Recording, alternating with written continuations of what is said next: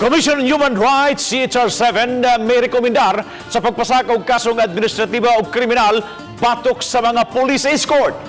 Kini mga pulis na kauban ni Clarin, Misamis Occidental, Mayor David Navarro diha gibanhigan kini.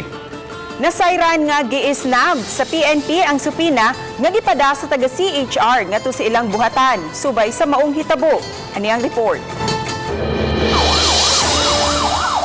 Karon adlaw unta gidakda sa Commission on Human Rights ang pag-atubang sa upat ka mga pulis nga kauban sa convoy ni Mayor David Navarro dihang gibanhigan patay ni atong Oktubre 25. Samtang padung na unta sa piskalya, nagkarawat hinuon og suwat ang CHR gikan sa upat ka mga pulis nga may plastada sa mga rason sa dili nila pagtambong. Gawas pa gitugyan na nila sa NBI ang kaso. Ang suwat pinirmahan ni Police Major Edward Sanchez nga mao'y kanhi hepe sa Station 2, Police Corporal Eutimio Catalan, Master Sergeant Carlo Balasuto o Patrolman Lucidero Javier. Suma ni Chief Investigator Villarino sa CHR nga wa kuhaa sa nasong mga pulis ang kahigayunan nga mapamati ang ilang habig.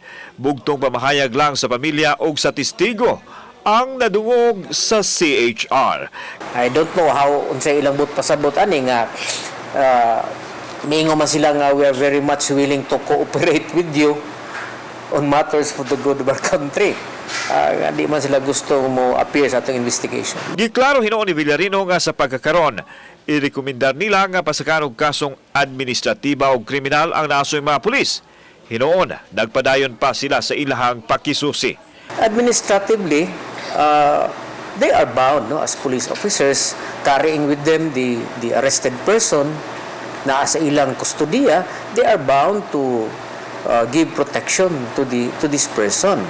So kay nahitabo man sa ilang kustodiya, they should be held responsible for this. Samtang sa text message nga ipadala ni Sanchez sa GMA-RTV, yang ipadayag nga dili lang una siya mo komento sa isyu. Kauban si Godfrey Lian, ako si Alan Domingo. Balitang Bisdak.